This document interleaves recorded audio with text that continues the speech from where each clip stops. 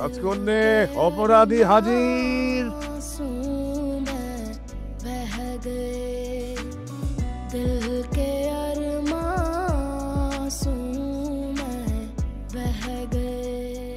বসো।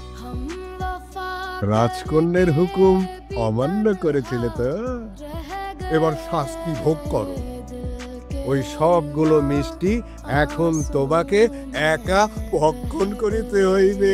রাজকন্যে, একটা জরুরি বিচার আছে, ঘুরে আসি। কি হলো? খাও খাও। হ্যাঁ,